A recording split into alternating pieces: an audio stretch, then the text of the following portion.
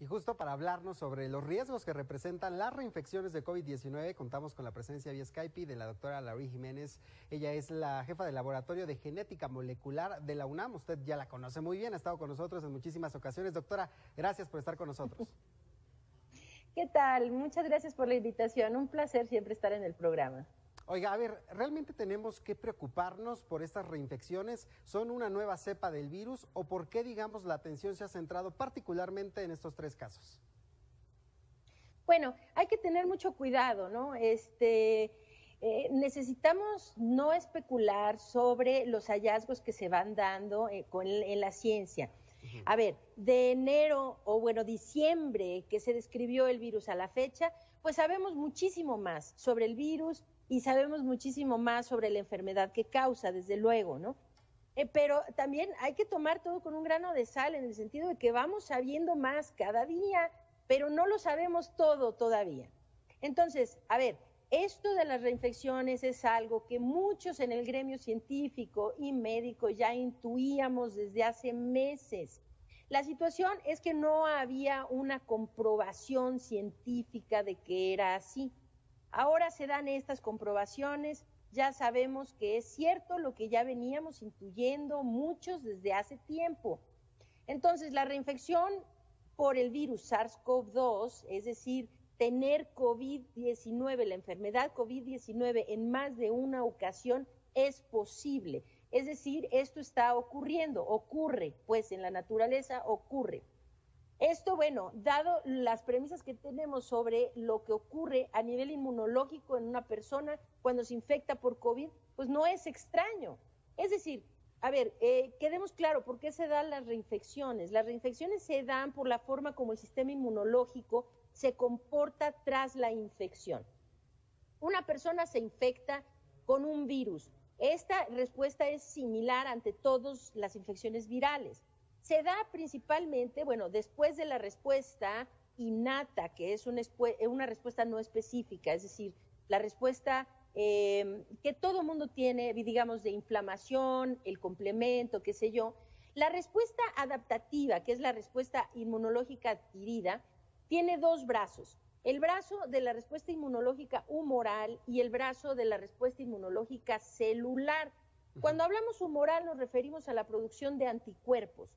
Los anticuerpos son proteínas que nos confieren protección por diferentes mecanismos ante una infección. El otro brazo, que es la inmunidad celular, está mediada principalmente por un tipo de células que se llaman linfocitos T.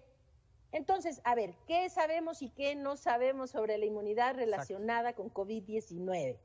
Sabemos que cuando una persona se infecta, entonces levanta una respuesta, tiene una respuesta inmunológica que es, hasta donde sabemos, efectiva contra el virus. La respuesta inicial, es decir, durante la infección, está mediada por un tipo de inmunoglobulinas, o sea, de un tipo de anticuerpos que se conocen como IgM. Entonces, cuando una persona durante la infección comienza, después de unos días de ser infectados, a producir anticuerpos de tipo IgM consistentemente hasta un punto. Entonces, esto es durante la infección. En un momento también comienza a secretar otro tipo de anticuerpos que se conocen como IgG, o sea, inmunoglobulinas G. Estas son las que confieren protección que esperábamos que fuera a largo plazo. Ahora parece que eso confieren solo protección a corto y mediano plazo quizá a las personas. Entonces, a ver, estos anticuerpos, la IgM se pierde después de la infección. Cuando el virus ya deja nuestro cuerpo, cuando ya pasa la infección, se va perdiendo entonces los niveles de IgM. La protección que se genera, vamos a decir, ante una vacuna, cuando una persona se vacuna, es por medio de IgG, que son anticuerpos que confieren inmunidad a corto, mediano, largo plazo, es decir, a tiempo hacia adelante. Entonces, dependiendo de qué microorganismos es el que causa la infección, y por qué vía una persona genera estos anticuerpos, por qué vía me refiero es si es por vía de la infección natural o si es por vía de la vacunación, o sea, la inmunización.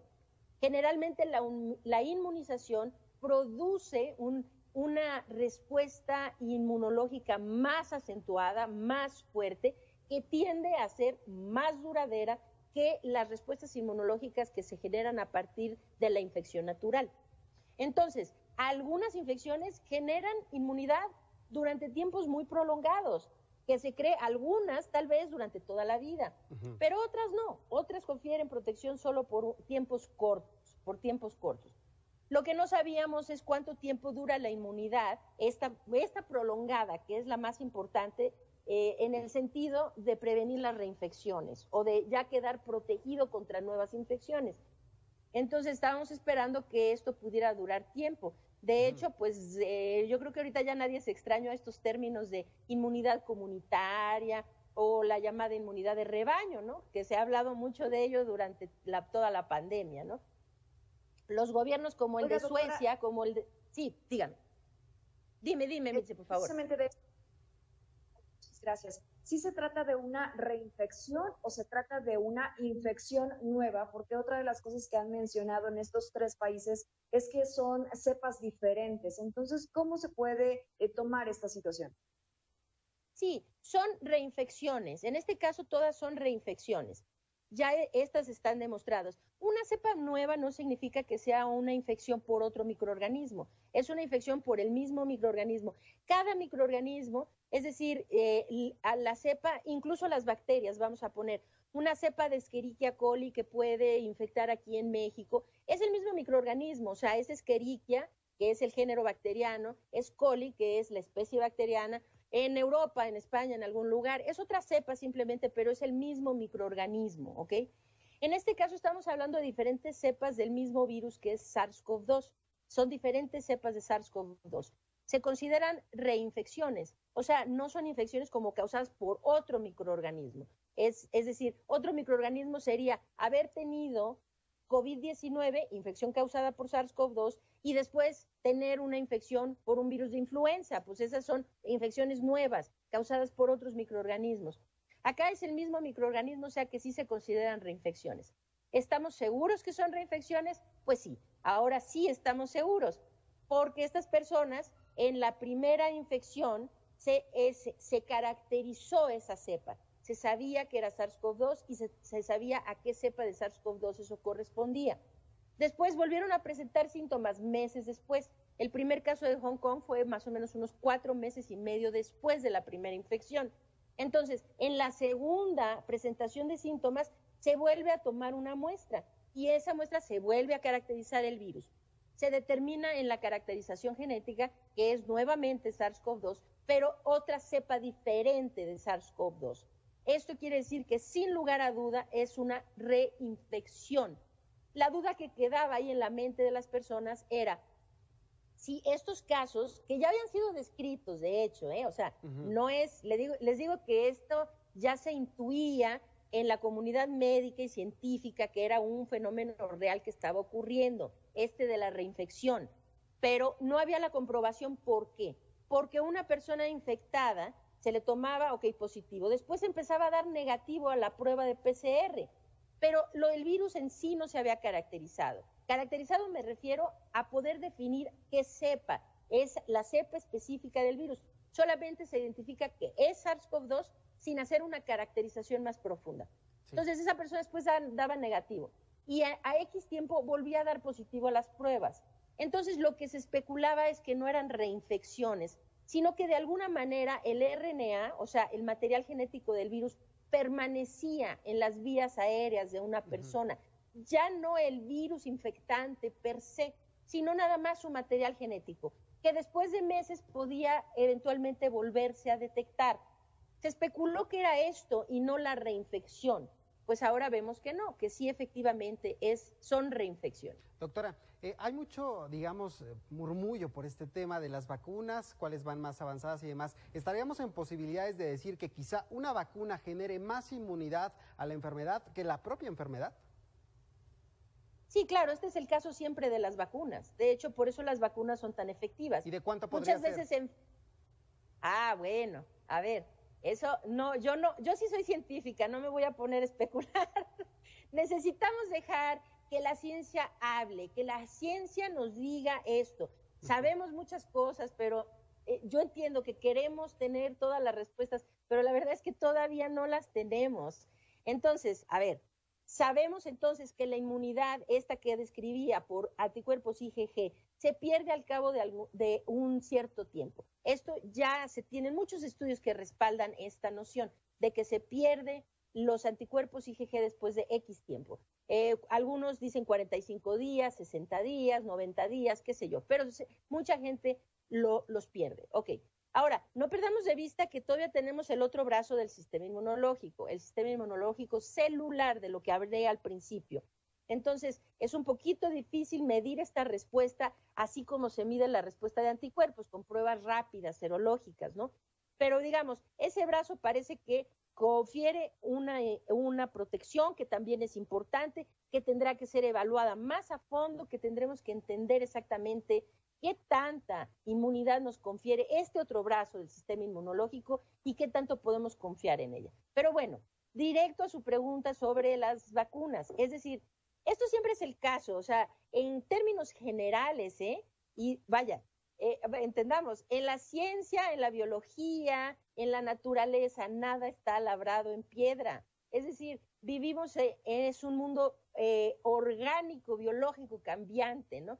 Entonces, nada, no se puede tomar nada como labrado en piedra, ¿eh? Pero lo que sabemos es esto: la mayoría de las infecciones, la infección natural produce una respuesta inmunológica menos acentuada y duradera que cuando adquirimos inmunidad vía la inmunización. Las vacunas están hechas para eso precisamente, para generar respuestas inmunológicas muy enérgicas, con la esperanza que sean suficientes para protegernos completamente de las infecciones y que esta protección sea duradera.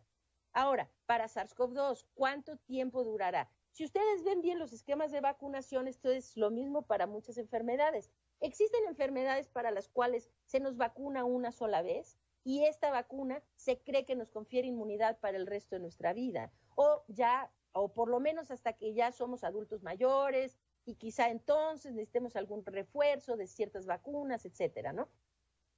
Hay vacunas que se necesitan hacer mediante un cierto esquema, vamos a decir, una vacuna hoy con un refuerzo al mes, con un refuerzo a los 3 meses y después refuerzos, vamos a decir, cada 5 años o cada 10 años, etcétera, ¿no? Este es otro esquema. Otro esquema es como lo que pasa con la influenza, que son vacunas anuales. Cada año hay que volverse a poner la vacuna, porque la vacuna del año anterior no nos da protección para el año siguiente, ¿ok?